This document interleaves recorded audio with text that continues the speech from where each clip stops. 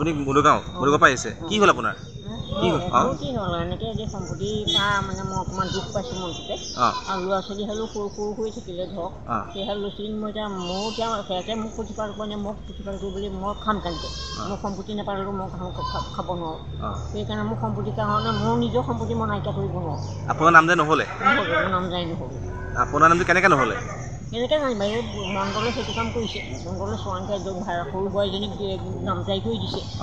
মোৰ নছিলে মানে আপুনি মৰিলে বুলি ক'লে নেকি মই মৰিলো বুলি ক'লে পত্নী নাই বোলে কোনো পুথি নাই বোলে কোনো কিছু নাইকিয়া বুলি ক'লে আৰু কোনে ক'লে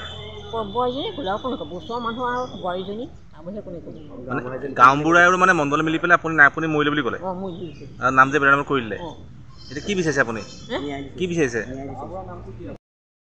মোৰ নাম জাৰি কৰিব লাগে মোৰ হৈছে মোৰ আমাৰ চাচুমাৰ হেৰি হোৱা নাই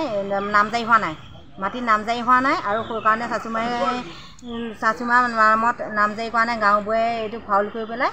গাঁওবুঢ়াই জীৱিতীয় মানুহ বুলি পেলাই মৃত হিচাপে দি পেলাই মৃত হিচাপে কাগজ লিখি পেলাই চাকৰি অফিচত দিলে মণ্ডলক দিলে ভট মণ্ডলে নামজাৰি কৰি পেলালে